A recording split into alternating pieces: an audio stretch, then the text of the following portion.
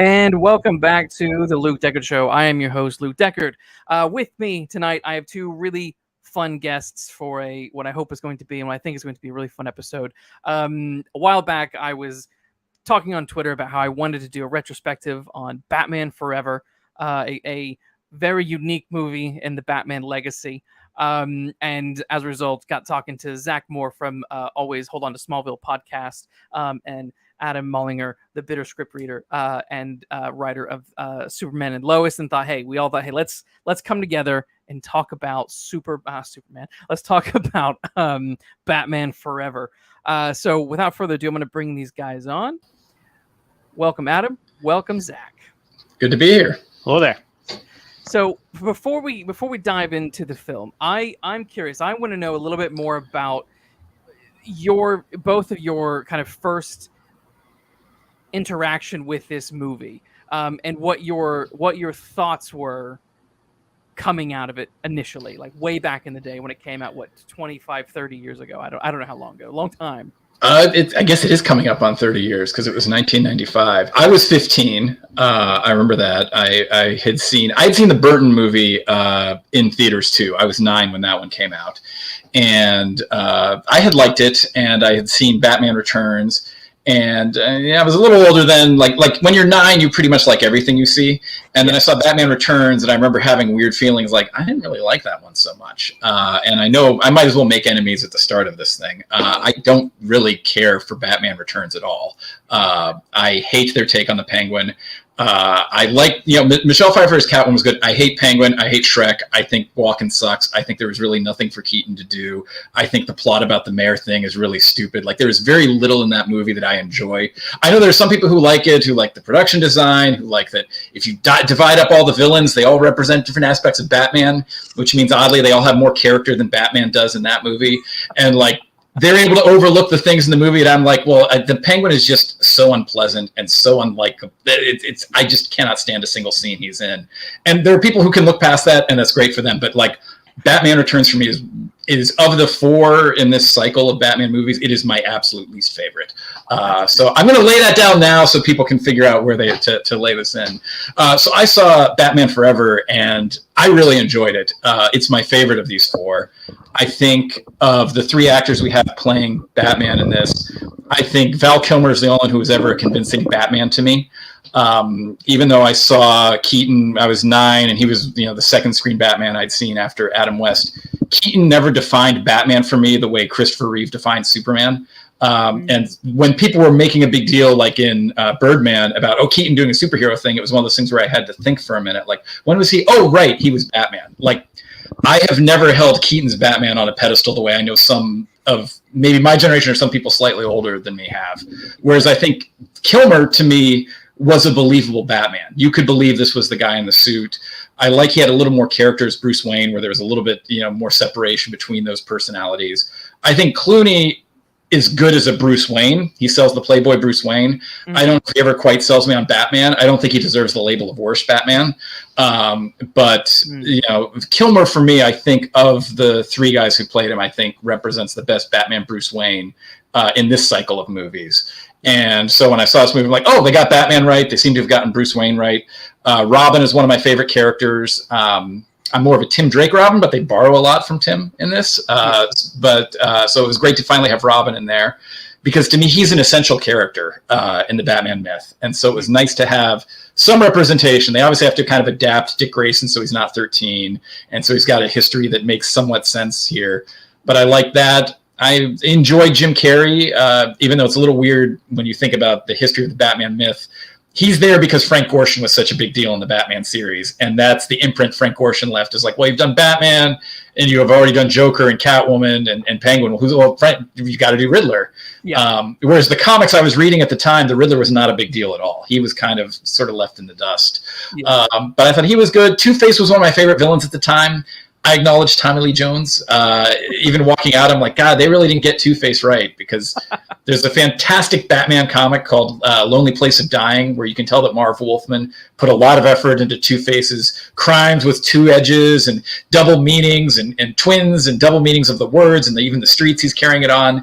And this movie does not go that intricate with, dealing with Two-Face as having this sort of schism in his personality. And I remember even at 15 going like, all right, it's kind of a Diet Coke version of Two-Face. But I was very positive coming out of it at 15 and feeling like, yeah, this is good. This is a little closer to the comics that I was reading at the time. And they did a phenomenal job casting it. Tommy Lee Jones is a little disappointing in what he performs as Two-Face, but on paper, Tommy Lee Jones as Two-Face should be pretty badass. Yes. And I think Nicole Kidman is really good. It's interesting they have to keep inventing romances for Batman outside of the comic canon. Yes. But I think I was rewatching it last night with Schumacher's commentary on, and I just thought, yeah, it's a good foil for Batman, someone whose background is psychology, as opposed to either having a reporter or having a socialite or having someone else who also wears a mask. I think there was a lot in there that like worked for me at the time. And when I watched it, there were a couple things that maybe come down a little bit for me, but it's weirdly the one that when I watch, my reaction is the closest to the first time I saw it. Whereas the first Batman, I remember loving it. And when I revisited it about 15 years later, it had come down quite a bit. But I'll shut up and I'll let Zach, set the stage for his opinions. Yeah.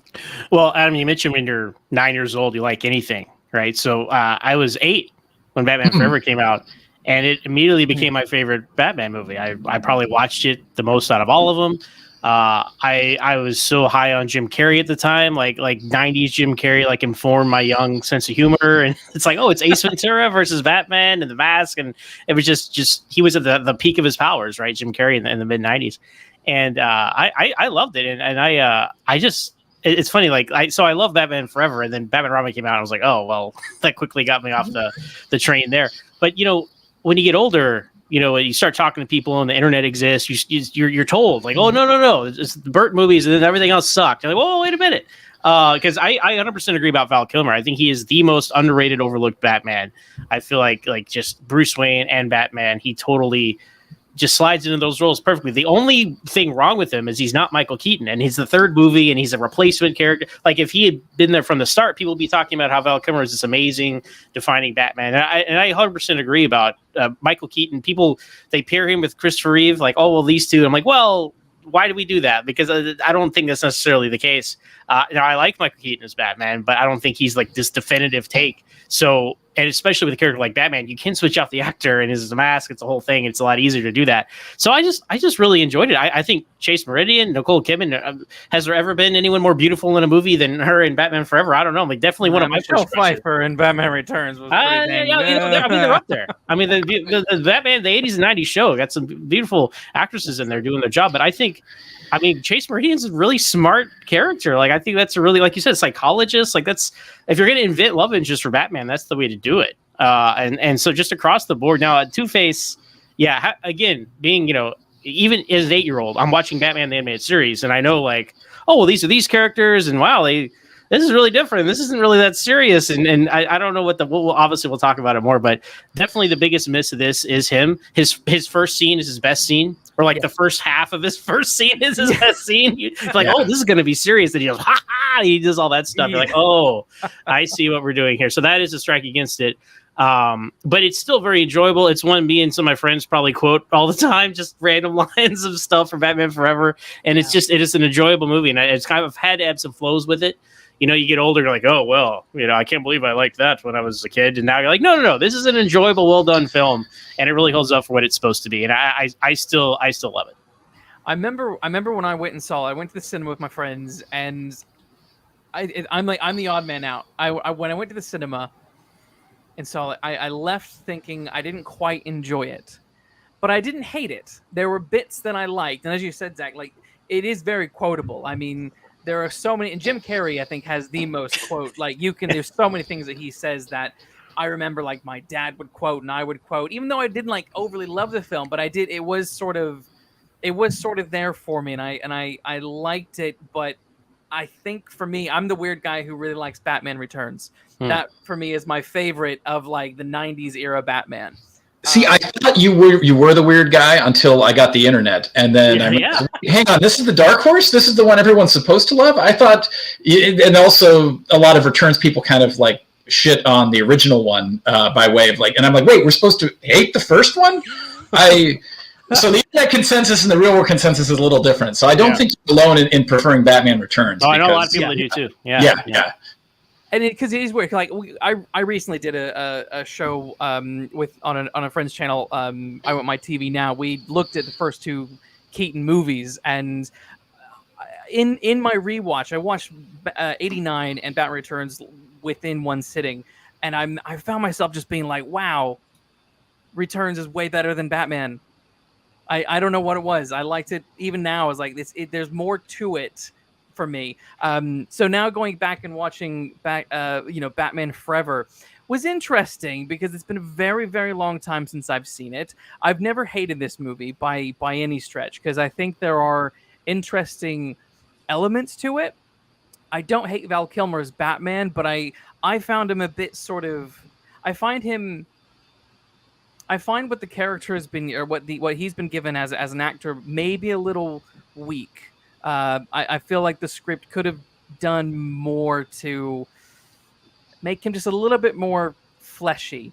He's a bit thin for me. I don't know about you guys. No, that's a fair criticism of basically all four of these Batman movies. I don't think they ever really delve into Bruce Wayne. And that's why the Nolan movies are kind of my preferred version, because they do kind of treat Bruce Wayne as a real character and they sort of fit everything around him. Yeah. And I don't know if you watched the deleted scenes in this film. I went back last night. I rewatched Schumacher's commentary and I watched the deleted scenes. And there's this whole campaign for the Schumacher cut to restore this subplot, which is essentially Bruce has had this repressed memory that he has always blamed himself for. In his father's journal, it had said that the last entry was Bruce wants to go to the movies, and so we're going to take him. And so Bruce has repressed that, apparently. But on some subconscious level, he's always blamed himself because he was the reason they were at the movies, and that is where they got shot and killed. Yeah. And what happens in the deleted scenes is after the scene where Two-Face and Riddler, have their siege on the manor and on the Batcave, Bruce wakes up and he has amnesia. He doesn't remember anything about being Batman. He just remembers Bruce Wayne. And he kind of descends into the cave, and he has this weird sort of surreal encounter with a giant bat. And the way the scene is pieced together in the deleted scenes, I'm sure is not how it would have been cut had it made it into the film. But it looks a little ridiculous. And the idea is then he finds his father's journal and he reads further and he says, well, but I really want to see, and the father writes, I really want to see, this other movie. So Bruce's will have to wait for a week. So whatever it is, Bruce now can absolve himself if he's not the reason his parents were in the wrong place at the wrong time. And his memories come flooding back, and he's like, oh, okay, I am Batman, even though my parents have been avenged, because this is another deleted scene where he's talking about with Alfred, like, well, I've avenged my parents. What more is there to do? Why am I Batman? And this is him walking out and affirming, I am still Batman. I am Batman forever. And so that was, you can tell in watching these scenes, you can sort of see how that was an effort to give him, a little bit more and maybe give some stuff more organic to like that relationship with Chase. But you also really see why it's cut, because it is so tangential to everything going on in the story. It's not really tied.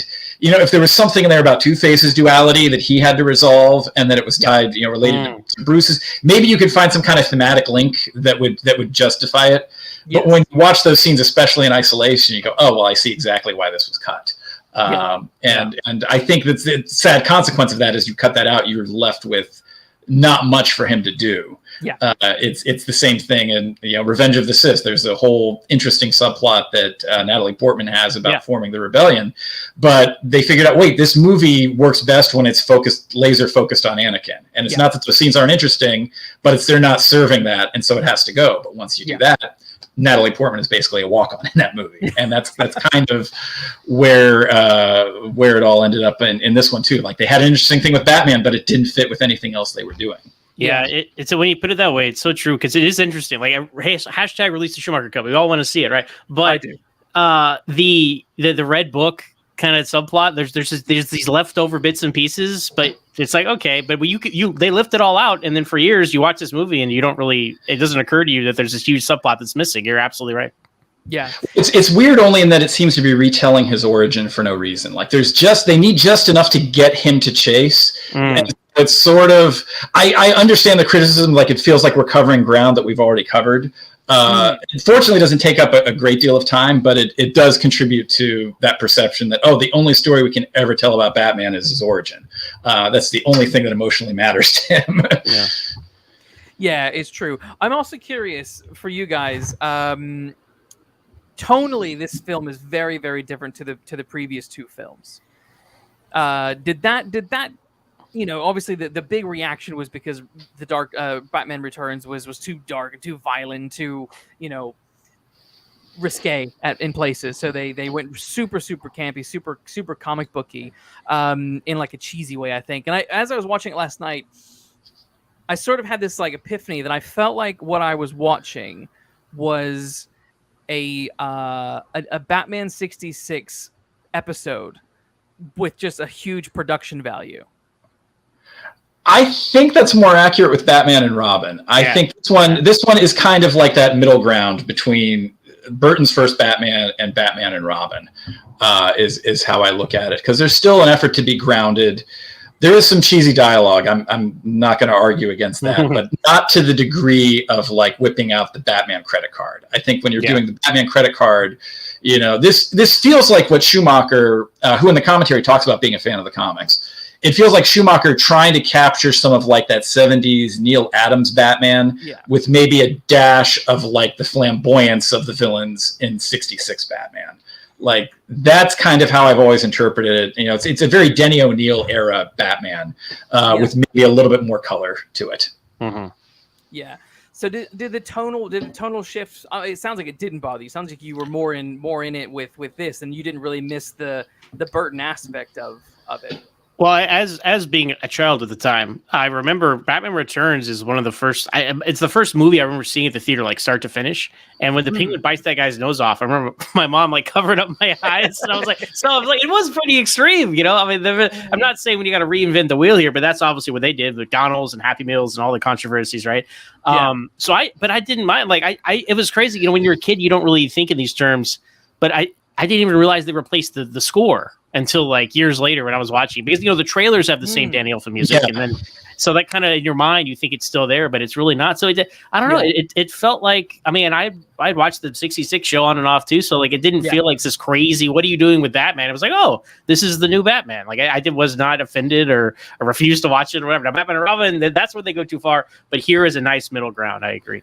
Yeah, and in the comics, you have to remember, I mean, there was, you know, this was obviously post-Dark Knight Returns by many years, and year one, and that influence had crept in, but there wasn't kind of this fanboy insistence of it must be gritty and real. Like, Batman was still hanging out with the Justice League. You know, he was still a participant in DC stuff. He still was fighting pretty broad, you know, crazy villains. Like, this is just a couple years after Nightfall, and there are villains in there named after 60s music groups, Bird, Zombie, and Trog. You know, there's always a little element of larger than life that was a part of it. And I always felt like it's only, you know, the reaction to Batman and Robin is where everybody got kind of obsessed with, it must be very grounded and real. And I remember in the wake of a movie that featured Batman that came out a number of years ago, arguing with somebody about how it was too dark and too serious. And they said, well, the only true adaptation of Batman would have to be rated R. And I'm like, I mean, maybe if you started reading comics in 2012, that would be your belief. But I think if you made an R-rated Batman, you've kind of failed already, because he is an all ages character. And I think, you know, you have gone too far into one extreme that was not at any point what Batman really was, in terms of what he was in the comics or the TV shows. And I think because he has that span, that spectrum, you're going to have what you favor. You know, some people look at the animated series as a perfect balance. Some people will look at Nolan. Some people will look at others. But I think it doesn't stand out as extreme as it might with other characters when you go too silly or too, you know, deadly, grim, serious.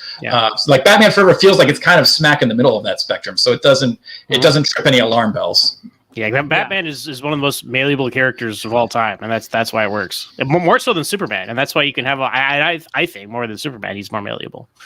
I'd agree with that. It's funny, we're both Superman guys. I just realized that. There we go. Yeah, and it's like, you know, you can try different takes on Superman, and certainly it's not like every take has been exactly the same. You know, despite what some fanboys will say, you know. not everybody. Christopher Reeve is not total squeaky clean Boy Scout, and there are plenty of good takes that aren't that still preserve the essential goodness. We sometimes get caught in this argument of like, well, he's either good or he's absolutely tortured and he hates what he's doing and it's a mission. And it's like, no, guys, there's kind of a whole spectrum here. Like, just because this is on one end and your preferred is here, that doesn't mean you have to choose. This can still be wrong, and this doesn't have to be the other end of it. And Batman, I think the sheer number of Elseworlds that are done with him shows how malleable that concept is. Where with Superman, there are a lot of Elseworlds, and they usually come down to, well, what if the rocket landed somewhere else? And I always argue at that point, you're not even telling a Superman story, because you're not Superman if it's not. There's so many elements that have to exist for it to be Superman. Whereas Batman, it's like, this is a guy who is scarred by violence, and he lost his family, and he takes some vengeance, or he does, or justice in some way, honoring his family this way. And there's a very big tonal spectrum you can do there. Like, he doesn't always have to be a millionaire. He doesn't always have to be American. You can tinker with stuff. Whereas there's a lot of Superman stuff that, like, his values and his powers and his belief are more tied to stronger aspects of the mythos. And it's not to say either character is better than the other. It's just understanding what makes a Batman story versus what makes a Superman story. So I have a question about, I want to kind of, for a minute, focus on Nicole Kidman and Chase Meridian. Yep. I agree that I think she's a really interesting idea, but I'm curious to know what you guys think. She's an interesting idea, and she has a couple of cool moments, but is she as well utilized as maybe she could have been? Because in my experience of watching this movie last night, or rewatching it last night, she looks gorgeous, and that's about all she sort of is able to do in most of the film. Like, she turns the light on and he goes to the rooftop and she's just there ready to go. And then he goes to her house in the middle of the night and she's just naked, even though she's set to be there at midnight. She's asleep and naked, just ready to go. And it's like, come on. Yeah, no, did you watch Schumacher's commentary? Because anytime she's on screen, that's mostly what he's talking about. He talks about how the executives thought he was out of his mind for casting her because they didn't think she was sexy enough. And then when they shot... Insane. Insane. But that sounds crazy, but I took myself back to 1995, and I do remember thinking, the first time watching this movie, I did not know Nicole Kidman was this attractive. So, like, I kind of get it. I remember, and I also feel like that might be in terms of, how much they have flattered her with the camera. This might be top tier Nicole Kidman, but it's very funny because Schumacher's commentary goes on about that at some length, and I guess early on was when they shot that rooftop scene, where she's, in the black cocktail dress and do I need skin tight vinyl and a whip? And he said, yeah, after we shot that scene, I didn't hear anything from the studio anymore about she wasn't sexy enough to be Batman's love interest. But he does consistently in the commentary return to Chase Meridian's attractiveness over her value as a character, which might speak to some priorities there. I do think, this doesn't quite run into the problem some of the other movies have run into, where you have so many characters, everybody gets squeezed out. I think she has enough, and that Kidman, performance gives you enough that you can kind of fill in some blanks. We're like, oh, this would be an interesting relationship between the two, and I buy that he's invested in her, and they could have kept her in the next movie, and that might have been interesting. I know that's not how these movies work, but it felt like there was enough meat on the bone there, where it's like, okay, now she knows the secret, and she knows, imagine this guy clearly has some emotional problems, and he's dating a psychologist who was obsessed with this other side.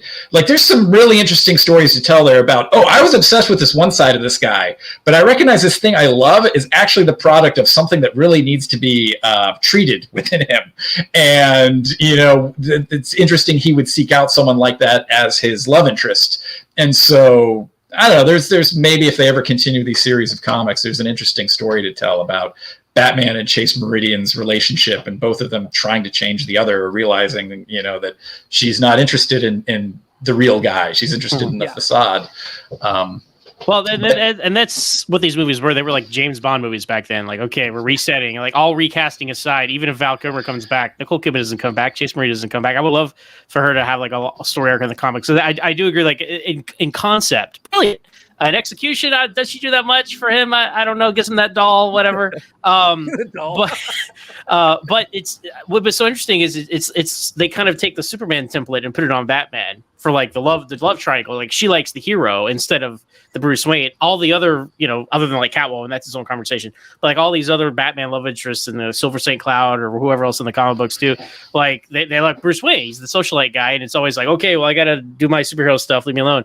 So that was a nice reversal. And so in concept, yes, but if you really think about what she achieves as a psychologist, I don't know, in this film. Yeah, as Bruce Wayne's girlfriend, her goal should basically be to get him over Batman. But it's Batman who turns her on. So there's an interesting conflict there. Not for this movie, because this movie is so jammed with other stuff, but there's an interesting idea in there somewhere that somebody should pick up on. I don't think Chase has ever been adapted into the comics, but I feel like I heard that she was recently, but I haven't read them if so. But it's all these movie rights and other things, obviously. But and then also, I don't know what the time span of this movie is. Edward Nygma, he quits and he builds this whole company. Like, you kind of fill in the blanks. Like, I guess a lot of time passed and they were dating for a while. Like, I don't know. Like, how long did Grayson live there? I don't know. I have watched this movie for, I guess it would be 18 years at this point, and not until I was watching last night when we got to Halloween did I ever once think about, wait, how long is it? Wait, if they're calling out Halloween, should I have caught something earlier that lets me know it's like 6 months? Because yeah, you're right. Nygma has to get fired. He has to start his own company. He has to build the island. By the way, I love that. I'm unironically saying this. I love that we do not have to explain how his island got there, how he built it. Right. It's just something the villain has. I'm a little nostalgic for this kind of stuff in our superhero stories where we would let this kind of bigger stuff go and not get focused on, well, wait, how does that island be there? And how could he have built that without anybody knowing? Like, no, it's like you said, it's James Bond. Like, just let it be. Yeah. I feel like if you were doing a Batman movie today and somebody had a lair, there'd be a billion nerds saying, oh, it sucks. Like, how could he even put that out in the ocean without anybody knowing about it? And there's zoning laws. And, like, he's got weapons on this thing? Like, who built this? How did he get clearance to do it? Like, sometimes we go a little too deep into the weeds on it. Doesn't make sense. Well, I think that's what works really well. I think both in Burton's and Schumacher's movies is because everything is so ludicrous. I never once thought the island was a problem, but I could see if I was watching like Batman Begins and there was mysteriously an island off of Gotham, be like, what the fuck? Where'd that come from? Yeah. And that's the criticism of Rises, which, the Dark Knight trilogy is great. Rises is the weakest of the three, in my opinion, because we start to go into some of that, like, well, here's the atom bomb, and how'd you get back there? Because we established the thing is so grounded when you do those more absurd things. But these films exist in this heightened reality, like you said, Luke. So it's like, you just go, women are resurrected by cats, penguin people live in the sewer, like, you go with it. Yeah, I like that. The other thing I was wondering about, because obviously 1 and 2, 89 and Returns are they're the same universe. I never saw Batman Forever. It was like you're saying, Jack, James Bond. I viewed these movies as James Bond. I saw Batman Forever as a reboot, despite Alfred and Commissioner Gordon returning. Saw it as a reboot. And when Clooney took over again, I just saw it as a reboot, despite the fact that they show the Riddler's costume and Two-Face's costume in Arkham, which makes no sense, by the way, because where did they get Harvey Dent's costume? He died on an island. His body, and we don't really even see he's dead. The rule in these stories used to be if somebody falls, unless there is like an actual shot of the corpse and someone saying, yeah, they're dead, you assume they could come back. Like, I never really thought Zod was dead in Superman 2. Like, he's tossed into an abyss, and there's also a deleted scene where like he's taken away. So like police, police. So like, and then that's not, Superman didn't kill any of those people. They fell and they survived, and so I know the impression is that Two-Face dies, but like if they if in Batman and Robin we saw a shot of him in the cell, I would not have called bullshit, because I'm like, no, that's fair play right there. Do you think that was? I'm curious then, because he in the movie I always saw it as him dying. That was a pretty big fall. He's definitely dead. Body is crushed and shattered on those rocks. do you think having his costume in Arkham where he should be in jail was a sort of retcon because that was like the most violent thing in the movie? I think they just had it too much. Yeah, yeah, you're thinking too much. They just had the prop. I It'll thought be about it funny more if we than Joel put this Schumacher here. did. And that's all they thought. Yeah. yeah. No, I always saw the 4 as kind of the same continuity, just to return to what you started with. I mean, especially with the continuation of the other actors, and that Chase specifically calls out Catwoman at one Lines point. of dialogue, yeah. Yeah, so I always kind of assumed it was the same, and in James Bond you just assume it's mutable and that this is the same guy. And Well, that's a code name, No, it's yes, I hate that term. My friend would call those like dorm room theories. That's really cool when you're in college. You're like, you know what? What if it's a code name? And you're like, oh yeah. And then it goes that extra step of like, I'm going to turn my fanon into canon, and I'm going to get mad when the canon goes against my supposition. Which is a thing I have watched happen in real time, where people go, this is completely contradicts. I'm like, no, it doesn't. You made an assumption based on a line of dialogue, and then that line of dialogue is now no longer ambiguous because of something that was said. But there was ambiguity there. Well, it was ambiguous, but they meant this. No, that's not the same thing. Yeah. But well, I mean, we wouldn't have the internet if we didn't have these arguments. Exactly, right? We wouldn't be here doing this. But Luke, real quick, I got to say, I hate now that people think Val Kilmer is a variant of Michael Keaton. Can we not use that terminology with these movies? That's where we are. That's where we are as comic. You know what I'm saying? There's a thing I remember seeing years ago on, I can't remember if it was Twitter or Reddit, but it was like, is there a lore reason that blah blah blah? And most of the time it is, you're digging too deep into minutia here. Like, you're thinking too hard, and you're not meeting the universe on its terms. Like, this is not a world where Batman has to violently kill people, so it's not a cop out when the story protects him from it. Like, oh, the only reason Batman doesn't kill is because Two-Face falls. No, he's in a universe where Batman doesn't kill, and the universe is always going to tilt towards that. It's not a cop-out. That's just the way that world works. It's not a cop-out that Superman hasn't killed somebody, because he usually operates in a universe where he's not confronted with it. And putting that in his universe doesn't automatically make something interesting. It means you've changed the universe. Yeah. I mean, Keaton's Batman was murdering people all the time. Yeah, that's the thing there. Well, some of them, the Keaton murdering thing is murdering people in the beginning of Batman Returns. He was blowing people. He blew that clown up. He put the bomb in his pants. But see, the thing that I argue against, is people then point to that. So we'll see Batman kills. It's like, no, when correctly depicted, Batman does not kill. That is a cornerstone of all of the comics. It is fundamental to the comics. Because it happened in this one thing, that is not evidence to say, oh, hey, we've got our get out of jail free card. It's like it happened in this one version where they created a universe where they decided it was okay. Yeah. But by and large, there are very few firm staples of Batman. And one of them, which is not to say it doesn't get broken, but Batman does not kill. Yeah. Now, when you've crafted a story where he has to kill, you are not telling a Batman story. That is always the tact I take. I agree with that. I'm also curious what you guys think about the Harvey Dent scene then, because Harvey Dent is on that beam and he throws all those coins. Like, what did Batman think was going to happen? I think he's trying to cause confusion in Harvey's thing, and Harvey, I mean, he doesn't push him off there. I agree. It's a setup so that he doesn't have to throw him, but I also don't think Batman is like, here's the code, here's the fig leaf that will get me through my code. Didn't do it. Like Batman Begins. I love Batman Begins, and I would love it so much more if there just wasn't that one line of dialogue where he's you, but I don't have to save you. Like, if he just bailed out, I would be fine with it. But it feels like that case where they're like, we need to make it clear he didn't kill him. Yeah. But by having Batman stop to say, I'm not killing you, but I am doing this, it's like, loophole. Like, no, just have him jump. It's not...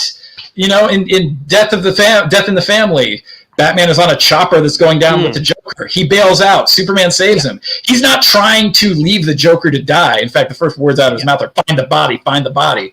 But it's not. You understand when he leaps out of the chopper, he is not trying to kill the Joker. And so I think Batman Begins would have been a little stronger if it hadn't had him like, I'm putting the loophole here so we all know I haven't broken my rule. It feels like you've cheated your rule. Well, speaking of the Nolan's movies, I mean, I think Batman is far more responsible for Two-Face's death in The Dark Knight than he is in Batman Forever. I mean, he tackles him off a building, right? I mean, true. Yeah. Yeah. Yeah. But then he retires. You can get into the school of ethics of like, that was the unintended effect of saving the child. Right. You always get people are trying to argue. So you're saying if the only way Batman could save the universe would be to blow out someone's brains, you get into these arguments here of that, but it's like, it's a cornerstone of Batman's character. And Schumacher even talks about this in the commentary. He did not want to create a situation where Batman killed Two-Face. And so, as he sees it, Batman is not responsible. And he says, it's a staple of these movies. You could never have the hero kill the bad guy in this way. So there are ways that you have the bad guy die. And so Schumacher did not see it as violating the no-kill rule. And then Zack Snyder said, hold my beer. Superman snaps Zod's neck. And this we don't have the time to litigate that today. There's again, it's all in context and circumstance of how you craft that. Yeah, it's a different thing. I mean, Batman, shoots Darkseid in a scene that is clearly meant to I'm using a gun and I'm killing someone. We're breaking two huge Batman rules right here. Yeah, I'm talking about Final Crisis for those who are not keeping up. Sorry. Yeah, it's a bit like it made me think of like Mission Impossible. Like Ethan Hunt is he's a superhero who is all about saving people, but he's also in certain circumstances goes that far and kills certain people because that's just part of the mission. And I kind of always viewed Batman and even Superman in those situations where it's like, if the situation it requires it, like I'm not gonna like see their their moral fortitude is being destroyed. It's just what happened in that situation, and it's fine. It's fine. Yeah. Well, but again, it's Brody Rules there. Sorry. I was going to mention that comment that Chief Brody Rules commented. Like it was the era, 80s and 90s action movies. Yeah, there it is. Yeah. Like people die hard, right? Whatever, right? People die at the end. So that's more kind of the Hollywood mindset almost. Of like we got to kill the villain at the end than like the comic book character mindset. And I'll point out in Burton's Batman, you can say Batman takes action that leads to the Joker's death, but he doesn't kill him. He laughs him. Yeah, it's the same with the Penguin. It's all we have the falling villain a couple of times. The ones that are more damning is obviously him blowing up the chemical plant. That is a hard one to justify. I'm sure he told everyone to evacuate before he. Yeah, no, it was empty. He waited until they were. Dropped the notes and. Yeah, it was late at night. Nobody was there. Yeah. That one's harder to defend, and then the one with the guy that he just shoves the dynamite on and sort of gleefully, that's one where I'm like, Tim, you didn't know what you were doing there. But it's which is weird because he clearly, the way he treats the main villains, he clearly gets Batman can't kill the main villains, but it's just sort of like these guys are like like he fights Catwoman about killing Shrek, like, oh, we're gonna take him in together. I'm like, okay, you're gonna not okay, so he's a conflicted guy. So yeah, that's it. Yeah, okay. If we kill him, we'll become him. But this foot soldier, it's a weird thing about these movies. But it's also, I don't think they're meant to become the loophole. And see, Batman does kill. It's just like, no, that was just a badly done moment in there. Yeah. Although honestly, as a kid, like I was like, oh, he killed Two-Face, so Robin didn't have to, right? I mean, that's kind of how I took it, because like Robin wanted to kill Two-Face. Yeah, and he's like, no, I'll do it because I don't know. It's open for interpretation. Yes. So yeah, I never saw it that way. Like I figured he was probably dead, but I'm like they left themselves some wiggle room. If he'd been a hit, he could come back in the next one, and we get more Two-Face. I remember trying to find loopholes of how the hell the Joker could have survived in '89, though. So. Speaking of Robin, I'm curious what you guys think of Chris O'Donnell's take on this character. Was he the right casting? For me, no. As in let me rephrase that. Dick Grayson, college student. Yeah, it was like the film was a bit confused about how old this guy was meant to be. Like he looks 37. They're talking about social services, and I'm like, social services are not getting involved with this 27-year-old man's parents' death. No, I remember very distinctly. I saw this with my family, and we walked out, and one of the first things that was said was Chris O'Donnell was awesome as Robin, and I will stand by that. Like, he's not really playing Dick Grayson of the comics. He's not really playing any of them there, but I like the energy he brings to it. I like the cockiness. He has a really great rapport with Alfred. I appreciated that more when I was rewatching it last night. Those guys really play off each other well. I think. Yeah, the thing about his age, he has to be under 18, obviously. But he's probably really, really close to 18, given every other bit of evidence we have in there. So that's the one thing where you just kind of like, all right, go with it. But I also understand them not wanting to cast a 13-year-old kid, because it's a thing that works in the comics that is never going to work on screen. You look at Kick-Ass, and that works for Kick-Ass because of how wrong it is that he's got a 10-year-old sidekick. That's a good point. And, yeah. I a 15, 16-year-old I thought would have worked. Maybe. Well, look, hey, man, I host a Smallville podcast, right? So I'm used to people looking way older than they should. So I'm used to it. So, but Superman and Lois, by the way, perfectly cast, age-appropriate teenagers. So good on you all over there. But a couple of them are a little older than they should be, but they work. And I wasn't going to go there, but you brought us to Superman and Lois. Chris O'Donnell, for the first time I watched it, reminded me a lot of Jordan Elsass. As Jonathan Kent. I was watching, I'm like, oh, this is Jordan's energy right here. There's a lot of that version of Jonathan Kent in there. And so that struck me last night when I was watching. I'm like, I never noticed that before. Yeah. No, I always liked Chris O'Donnell as Robin. Like, I mean, and I, being younger than him, it didn't really bother me too. Maybe if I were older, I have a different perspective. But it was like, he's out there doing his thing. I think one of the most iconic shots, like you could make this a mural on a wall.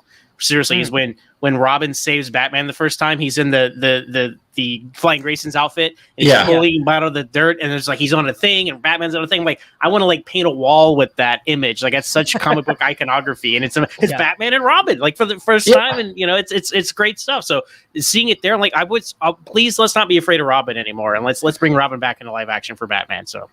Yeah, I want more Robin in these movies, because Tim Drake was my favorite growing up. He's the kid who figured out Batman's secret. He's the guy who earned his place.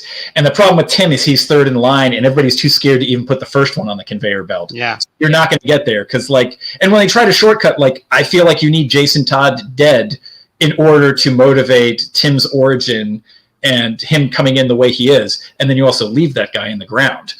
You do not bring him back. Yeah. It was weird to me going back and watching this and thinking, I don't understand why everyone is so afraid of Robin, because I do like the character. I do agree that in general I like Chris O'Donnell kind of in the role, but I think the problem that I had with him in general was when I thought about that, actually if you cut him out of the movie, nothing changes. Because he doesn't accomplish anything. I disagree with this. I hate this line of criticism sometimes where it's like, well, he doesn't contribute to the plot. Well, if Indiana Jones, but anyway. I think he's important to Bruce's story. I think that he leads Bruce to some places, and Bruce taking on a partner, and Bruce seeing himself. It probably had a little more relevance in the version where Bruce is confronting his own death of his parents again. Yes. But I think Bruce getting kind of a mirror of himself and talking to this kid, and in a way talking to himself, saying the things that he wished he understood when he was younger. I think all of that really works really well. And also Alfred there's kind of prodding along, Alfred having dealt with Bruce when Bruce was like Dick, and sort of recognizing how to bridge that. I think there's some cool stuff there that, I would be sorry to lose if you lifted Dick out of this entirely. Yeah, and that makes the choice at the end too, right? He's got to choose, and he chooses both. Like, he's Batman. Yeah. He is Bruce Wayne and Batman, not because he has to be, because he chooses to be. Chooses to be. I agree. I think I just would have liked Robin to have contributed something a little bit more. I think that was my problem. I was like, I need him. Like, maybe he should have been the one to just stop Two-Face, not kill him, or whatever. But he should have. I would have liked it more if he was the one who brought justice to Harvey Dent. That I think would have been a better sort of finishing up of that arc of wanting to kill him and then not killing him and being able to bring that guy in instead of letting Batman, because Batman at the end just like swoops in and saves everybody. He saves Robin, he saves Chase, he stops Riddler, he stops Two-Face, all within like 5 minutes. And it's like, oh, you could have given one of those saves to Robin. Not a bad thought. I also have to say, for 28 years, the staging of that last scene has bugged the hell out of me, because they're in tubes, and the way the reveal seems to be is there are individual portals below each tube that seem to both go to the same place, which isn't geographically possible, which made me think that they both have their own individual, corridors that they're falling down. And so he saves Chase, but then he's also able, because it's like Chase is falling and then Robin is falling, and they're actually in the same space. Yeah. That does not make sense to me with the way Riddler reveals that death trap at all. Go back and watch that scene and look at what it looks like when he opens it up. Like, it should just be he's opened up a giant hole. And instead what it looks like is each tube has a tube-sized hole beneath it, with the thing at the bottom, and you can see the walls.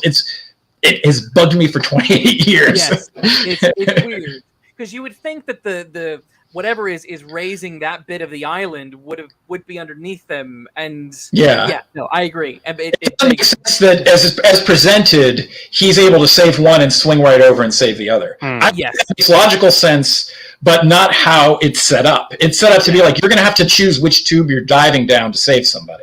Is what it feels like. And then you're like, oh, wait, no, they're both falling in the same pit. How did that happen?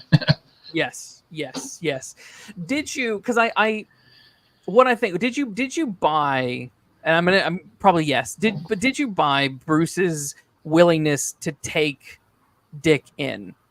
That sounded really, it's come out, and now I'm like, I can't go back now. But did you buy his the motivation behind it? Because what was so bizarre to me in that scene at the circus is, Two-Face is like, Batman, reveal yourself, and he does. He screams that he's Batman, but then instead of going down and doing something about it, he just goes off and starts fighting people. I'm like, well, which, what are you doing? Well, Batman? I think by that point, Two-Face had escaped. But I like Had that he a lot jumped about out, Batman. maybe? Because one of the best like emotional moments in the film was when Dick Grayson just wailing at him as Batman, and he's like, if Bruce Wayne could have given his life for his parents, he would have. I'm like, he tried. So I like that a lot, and he's always given away his secret identity to people, so I didn't really bother. Well, and what I liked about that, last night was one of the first times I watched it, thinking about that deleted subplot about is he going to stay Batman? Does Batman have a reason to exist now that he's avenged it? And I thought about that in another cut of this film, that could be the sign of Batman doesn't mean anything to me. Like, boom, I'm Batman. Yes, I'm done. I don't need this anymore. And that was kind of an interesting thing to think about, if that's his mindset there, because he's dating Chase. He's actively trying to deal with his trauma in another way. Like, that could have been a signpost of I don't need to be Batman anymore. And he doesn't get the chance to give it up there. And that kind of can contributes to his guilt in taking in Richard and everything else. But I buy it, and part of that is that's just the way the mythos have to work. Yeah. So maybe I'm not working extra hard to buy something that the story has sold me for 70 or 80 years worth of mythos. Yeah. Dick Grayson is going to end up in Wayne Manor somehow. We know. Let's not go overboard in explaining it. Yeah. I get that. As I was watching, I was like, when I watch some of these movies, my brain just goes into overdrive. I'm like, okay, how would I fix this? How would I fix it? So if this script was in front of me, how would I fix it? And I was thinking, it maybe would have worked a little bit better if, the beginning of the movie, when we have our first introduction with Harvey Dent, and there's that big action scene, if the consequence of this chase, of Batman chasing Harvey Dent and trying to capture him, the knock-on effect resulted in the death of the Graysons, adding to Batman's guilt, adding to him wanting to bring him in, rather than just a random night at the circus where Harvey Dent just randomly turns up. The thing about that, and you do see this a lot in superhero movies, so they do want that tie, is that you run into the problem that the hero is the cause of everything bad that happens. It's the Iron Man problem of isn't it cool if Tony did this and it went wrong? And then you play the card a lot of times, you're like, God, I mean, the MCU would just be so much a better place if Tony Stark was never born. Yeah. So I kind of... I hesitate in Batman is indirectly responsible, because there's a lot of these movies that do that kind of thing. And Yeah. it's a very short hop to like, oh, every problem in this movie is because the hero did something, and like, you know, ultimately it all rests on his shoulders that the hero did X that summoned villain Y or something like that. So it's plotting I always kind of get itchy about when I see it happening. As I recall, that was like the plan for Robin in the first Batman movie. Like there's even a deleted scene on the home video stuff of Kevin Conroy and Howard Campbell doing the voices, and like Batman was chasing Joker and they end up at a circus and the Graysons died. Like, it's too much, just to cut it out. And I agree. That's like just too much. I appreciated we got a Robin and Two-Face origins in this film that are very comic book accurate. Obviously, the Two-Face factor of Robin is its own thing, but like the circus and all that, and then of course Two-Face getting scarred in the courtroom, like that's some comic accuracy for you right there. Say what you will about this movie, but yeah, there's a part of me that used to hate that we start with him as Two-Face, because I would have loved his origin to be done as a bigger deal than just like a quick news report. But then it also lets you dive in, and the tying Robin and Two-Face, it wasn't done exactly in this way, but this was around the time in the comics where they had built up that Dick Grayson and Two-Face had a long history together of like some of his most traumatic times as Robin came from Two-Face. And this was around when they had done 0 Hour and 0 Month revealed, you know, one of his most traumatic failures was in a scene not too dissimilar from where they're both kind of, you know, trussed up above the pits, and they're both going to be sent there. And I won't go into it because it's too much, but it was a failure that Dick almost never recovered from. And when he takes on the mantle of Batman post Nightfall, he has to confront Two-Face, and that's kind of a big part of the end game there, is he's confronting it. So as this movie was being, you know, produced, they were tying those characters a little more tightly together in the comics than they had been up to that point. And I think that has kind of been carried through. You know, this is almost 30 years ago, but I think that gets picked up now and then, even in modern continuity. Yeah. Yeah, I did a while back. I did listen to the Epic Film Guys podcast where they went and saw the Schumacher cut, or what they think is a Schumacher cut at Kevin Smith's cinema. And I mean, listening to their description of the movie, and as you've Adam been talking about all night, I really would love to see these deleted scenes, because I do feel like the things that I'm missing are the things that are the deleted scene bits. I think that I would put the film in a different, maybe not a whole new light, but a slightly different light, and add just maybe a little bit more of that depth that I might be looking for. I don't know. I'm curious what you think about that, Zach, because, you know, I've talked about that, but what do you think about this idea of the Schumacher cut? I love it. Whenever you can see like the original intended version of something, I'm all about it. I don't know if it would, obviously wouldn't replace the original cut, but I think it would tie together some of those things. Like it would maybe make the Red Book, because he talks about this funeral, and you're like, why did we even go there? It would make some of that more redundant stuff, like we're talking about why we see his origin again, stretch that stuff out, little bits and pieces here with maybe some more characterization. So it's not going to be a radically different movie. Right, it's not a Justice League, it's not a Superman 2, but I think expanding that kind of stuff might be nice, just to kind of exist with these characters a little longer, if nothing else, and flesh some things out. See, I'm of the argument where I think all of it sounds interesting, and it was certainly interesting color for it, but I think probably what came out as the theatrical cut is probably the best version of this for the largest portion of the audience. Okay. I think if they had kept all of this stuff in, I don't think it would have moved the needle on people who already didn't like Forever. And there might have been so much there that felt a little bit extraneous that you run the risk of losing some of the audience that prefers the more streamlined version. Interesting. And I think when you're editing, you have to make those choices of like, oh, this is neat, but is it really serving the story? Is this going to be the point where the audience feels their butts start to go numb? And I think it's all interesting ideas, and I would absolutely love to see it as an alternate cut, but like, I very strongly suspect that, like, for most people, they're going to be like, oh, okay, this is longer. It doesn't really change my opinion of the movie much. It just feels like it's longer, and I see why it was cut. I am biased because, like, I'll watch. I got the Superman the movie, like the 3-hour version from Warner Video. I'm like, well, I love the movie so much. I'm so familiar with it. I guess this is the one I'll watch forever from now on. So I guess that's kind of what I think. Also, just as I do editing myself, like, it's so fascinating to know that, like, the opening sequence was like supposed to be like 20 minutes later, and they restructured everything and it works. I'm like, that's actually very impressive and interesting just to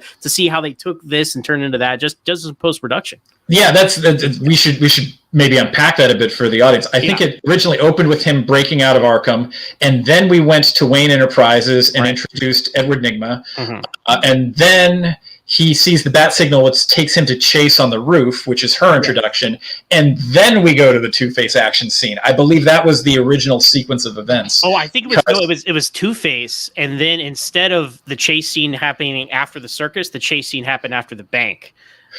Oh, okay. Because I think even somebody says, like, if you zoom in and read Nicole Kidman's lips, she says, "I noticed something at the circus," even though it says or bank, and she says circus. But that's I mean the two. And then you see some of these deleted scenes, you're like, man, maybe they're not exactly what I built up in my head, like the Two-Face escape from Arkham and things like that. So but they're there's no music, and who knows. That was the Superman 4 deleted scenes for me. I had the Superman 4 novelization, I had the comic. I'm like, what? They cut this out. This is all awesome. And then I saw how it actually looked on celluloid, and I'm like, oh no, they made some good choices here. They made some really good choices. I would still love to see that one too, but like I 1,000% understand why they cut out the first Nuclear Man, but that's its own conversation. So no. And you see, once you cut that out, how so much else comes out with it.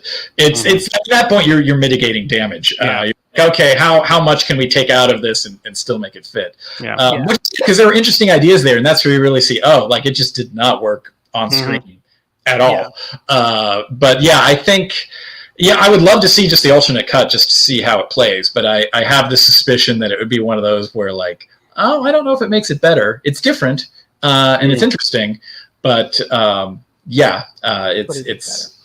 is it better? Yeah, no, I think it doesn't change the ending. It doesn't change, it's all this extra color. And so I find, you mentioned the 3-hour Superman cut. That's an interesting curiosity of like, they shot all of this stuff, but I cannot watch that thing. It is. I would never recommend anyone else. Like you're just locked into this movie. Yeah. It's an assembly cut. It's the Otis sequence alone is so much longer, and it's like, I mean, there's a point when you're growing up and you're getting to see new stuff from a movie you've always seen and loved. You're like, this is cool. I've never seen it before. But there's also a point where it wears off. You're like, oh wow. So there's a lot of fat here. Yeah, okay, they shot this, but you don't really need this. This movie doesn't need to be 2.5 hours long. That is the thing. All these 90s, 80s Batman movies, and maybe just movies in general, like 2 hours and 10 minutes is like an ideal time for movies. And do I want to see a 2 hour and 45-minute cut of Batman Forever? I love the movie and I want to exist in this world, but like I would watch it myself. But I would not go proselytize to people like, okay, you got to watch this version of the movie. So yeah. I hear you. No, I would like it, and I would watch it at home, and that's about as far as I would go. And it probably wouldn't even be the definitive version that I watch, but as you're saying, it's just the curiosity of it. Yes, it's like, I want to. It's like we watched Peter Jackson's King Kong the other day, and I quite like it, but it's 3 hours long. It's too stinking long, just in and of itself.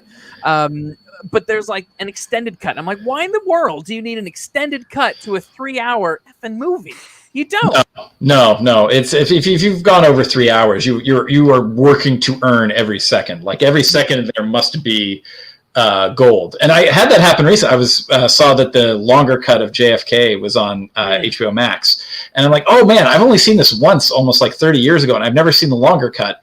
And it's a 3-hour and 8-minute movie that to me felt like 2 hours because it kept moving. And I don't think I have ever seen a movie that long or longer that felt that fast. And it sort of proves Ebert's thing, like no good movie is too long, no bad movie is too short. Yes. And it's just we're putting out a lot of movies that could be great if they were a little tighter. And no real benefit to keeping in all of this stuff. Like I wonder if we were editing some of these Marvel movies as mercilessly as like the Batman movies were edited, would we come up with a tighter movie that was essentially the same thing? And you'd lose some interesting color here and there, but would it really make it a worse movie? Yeah. Probably not. I mean, I really think you could, like, for example, we talk about Avengers like Endgame and Infinity War. Both of those are way too long. Like I got so bored and thinking, okay, you could trim a lot of this back. I don't need 5-hour long action scenes. It's funny because those are the two that I like. Okay, you've earned it. There are a couple others, on both sides of the superhero aisle where I'm like, oh, this has gone on for too long. Like you've made a mistake here. You made a horrible mistake. I'll tell you all this though. Oppenheimer, I didn't check my watch once. Same. Yeah, I was riveted for 3 hours. Maybe the non-chronological storytelling of that. Anyway, but it's an exception that proves the rule. Totally. It's RRR. Did you guys watch that at all? Haven't seen that one yet. No. That was we watched that at like 8. Started at 8 o'clock at night, and I'm like, this is risky because this is a 3-hour movie, and I was hooked the entire time. Not once did I feel bored. It's a bit like you were saying with JFK. Like it earned everything, and I was like, that's so impressive that this 3-hour movie felt like an hour's worth of just incredible action and stuff. Yeah. By the same token, I always forget Pulp Fiction is not just 2 hours. Every time I started, like 2 hours and 40 minutes? How is that possible? And it flies by every time I watch it. So before we wrap up, we should probably talk a little bit about the villains. Let's focus more on Riddler, because Two-Face, like you said earlier, Zach, he's interesting for his the first half of his first scene, and then just kind of dwindles into he just becomes the Riddler's side piece, and so strange. It's a weird choice. I don't know what they were thinking with. They didn't need 2 villains. I think they just needed 1 villain. I don't really know why they went with 2. I don't know if that's because of Returns had 2, and they thought maybe we need 2 in this, and then Batman and Robin has 3. But this one makes marginally more sense than Batman and Robin, because they could not have picked 2 villains who fit less well together. The only way that would have worked is if they were actually working in opposition. But there's no way. I want the Ice Age, and I'm going to restart the Earth after. That's too big. It doesn't fit those 2 characters at all. And Tommy Lee Jones on paper, perfect casting for Two-Face. I would have preferred Billy D. Williams come back, much like Michael Keaton, but that we moved on from that, and this is what they're doing. And it's like play him like you played all these other characters, and instead he plays the most outrageous performance he's ever done his entire career. And this is not the time for that. And Jim Carrey's good at 11, and then he tries to beat at 12, and then he goes with 13, and it doesn't work. It doesn't work. He's playing only the Two-Face side, and he's not playing the Harvey Dent side, and that's the key piece that's missing there. There's no duality to Two-Face. Like, he has 2 girlfriends, but he also has 0 chemistry with either of them.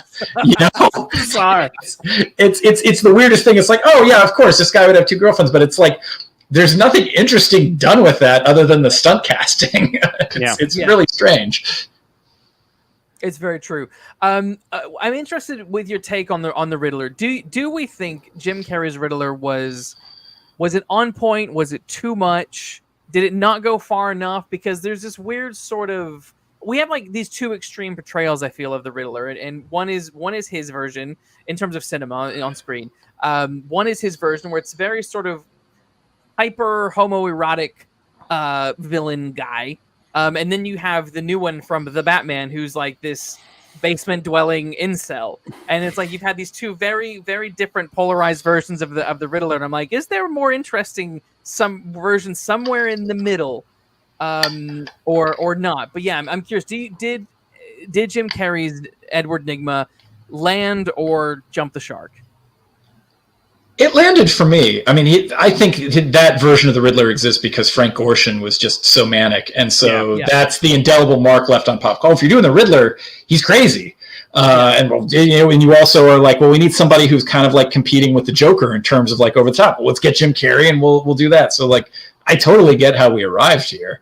My problem has always been, I don't think the riddles are that great. And the scene, I mean, I will defend a lot of this movie, but the scene of them figuring out the riddles, and let's see, Mr. Enigma, yeah. Oh, and what's another word for mystery? Mr. E, that whole scene. I will defend a lot in this movie. I will say you have to get a lot of allowances. That is a scene that I'm like, that is first thought theater right there. And I don't see what they are meant to learn from that, because they're also catching up to what the audience has known. And I think what most people thought they knew, that's someone where wait, he doesn't realize Nygma is the Riddler? It's the hair. It's the magically changing hair back and forth. It's such a weird thing because I also am like, so was he sending these riddles hoping Bruce Wayne would figure out that he was the mystery? Like there's he sends him before he knows he's Batman. That's a great point. Oh yeah. There's nothing about that makes sense if you look at it from the revelation scene as, oh, this is meant to be figured out this way. Why is he sending Bruce Wayne clues that he is Mr. Enigma? And also this idea of like targeting Bruce Wayne goes away pretty quickly. Like it's not like there's a lot of stuff there that doesn't quite track, but like the scene that has bugged me from the beginning is like that dialogue exchange between the two of them where I feel like I'm just in the middle of the story conference with the writers. It's like, does it make sense for them to make this leap? No, but he's going to do this and he's going to figure out this. Well, how's he going to do it? Well, he just does it.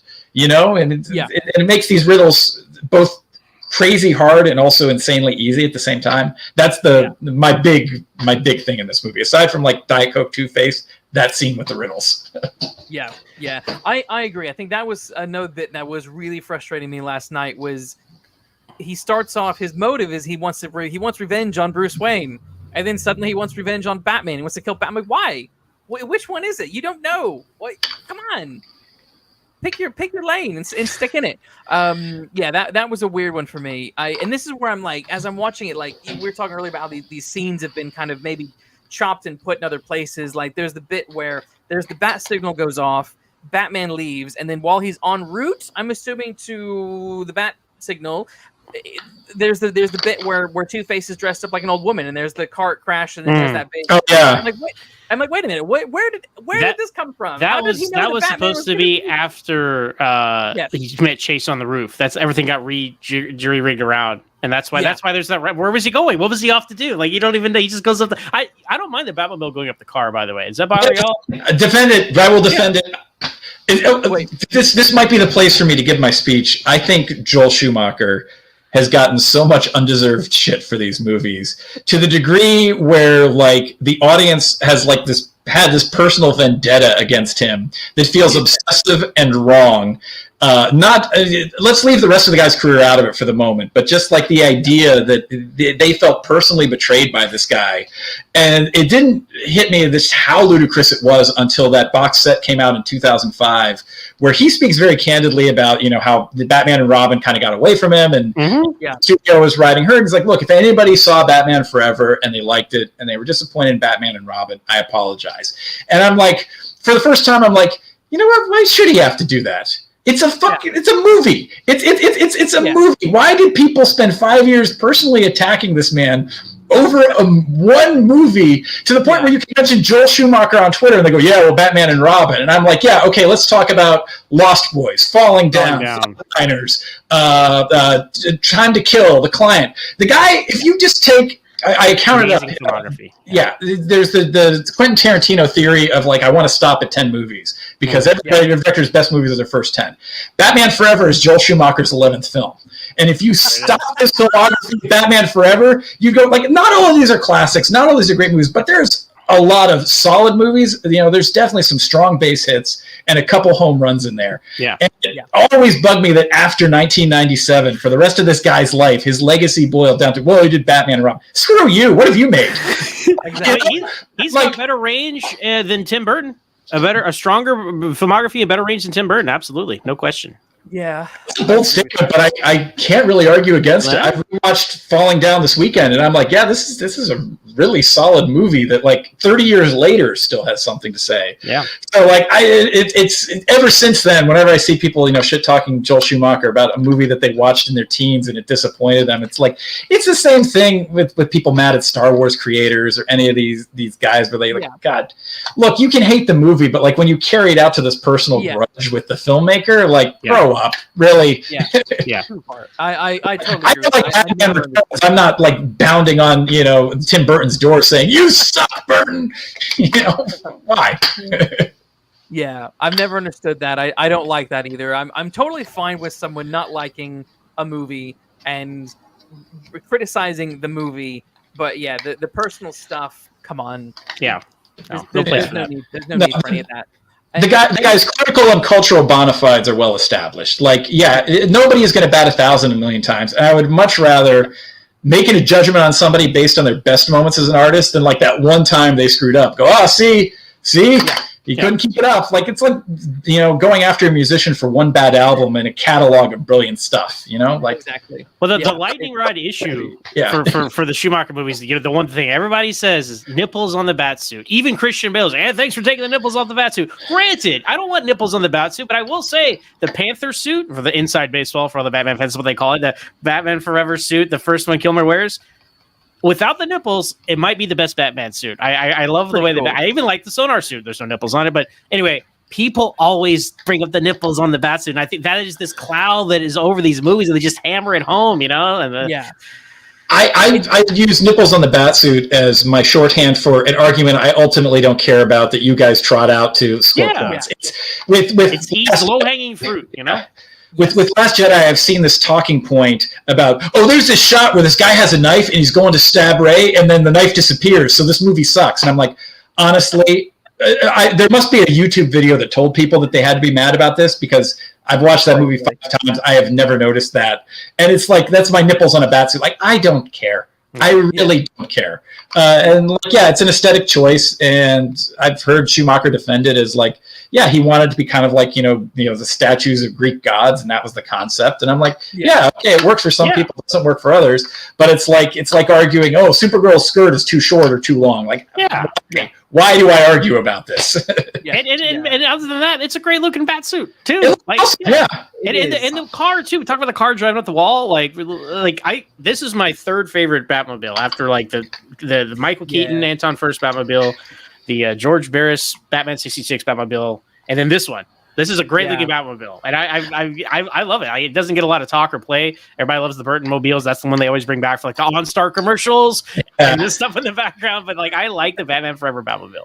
I don't know if there's ever been a Batmobile I've liked post Adam West. All of them I think are just too big and too unmaneuverable. I don't really care for the skeletal look of this one, but at the same point, like I always, the Superpowers toy Batmobile is kind of like what is wedded in my head as the platonic ideal, which is very close to Adam West's thing. So like, none of the others are like, I love that one, or it's my favorite, but also like, I don't care if it can drive up walls. Why did that become our line in the sand? Yes. It's and then we got Batman Begins. He's flying off rooftops. So what's the difference? You tell me. Exactly. I don't. And even the movies are so tonally different. You would think that it shouldn't work in Batman Begins if it doesn't work for you in Batman Forever. Right. Like there's stuff that Batman Forever can get away with that Begins can't. And I buy that the Tumblr can do that on the roof. I don't know, that became a weird line in the sand with fans. I didn't realize people didn't like driving up the wall bit. I didn't realize people didn't like that. To me, it's so cartoonish, and these movies really are.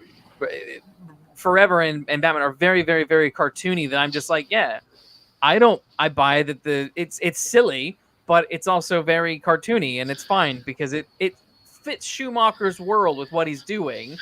I don't think I would buy it if it was in Burton's movie. It would be like, okay. But I can go with Burton. I feel like, no, there's stuff we have to buy in Burton's that doesn't work. I mean, the first Burton movie, when you watch it as an adult, you're like, oh, wow, they built one corner of the back lot, and we are on it for the entire Monarch Theater in every shot,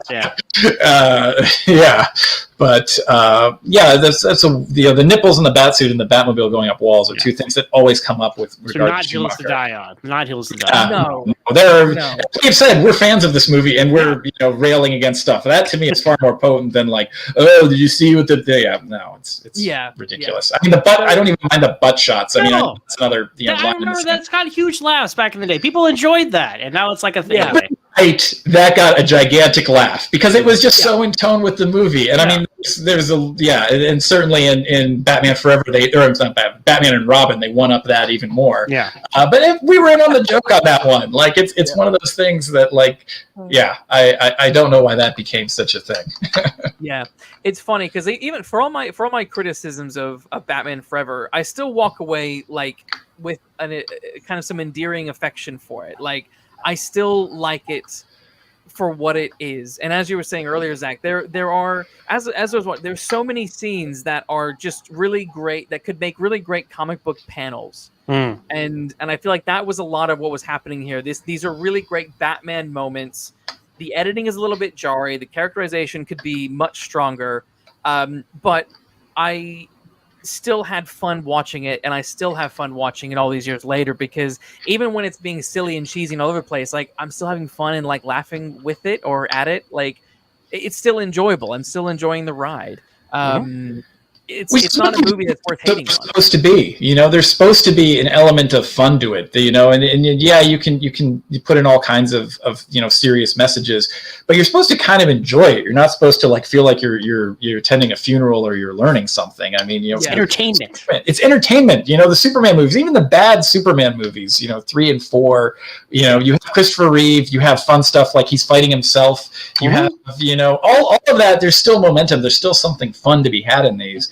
I mean, as I said many times, I don't like Batman Returns. I'll even see there's some fun stuff in there. I mean, I find a lot of it unpleasant, but there's definitely moments that are like, oh yeah, no, it's cool that Catwoman can like, use the whip on everything in there in the department store and take it all out and then skip rope. Like, there's definitely moments that aren't like hardcore welded to this is what would really happen, in the real world, not the comic book world, but the real world.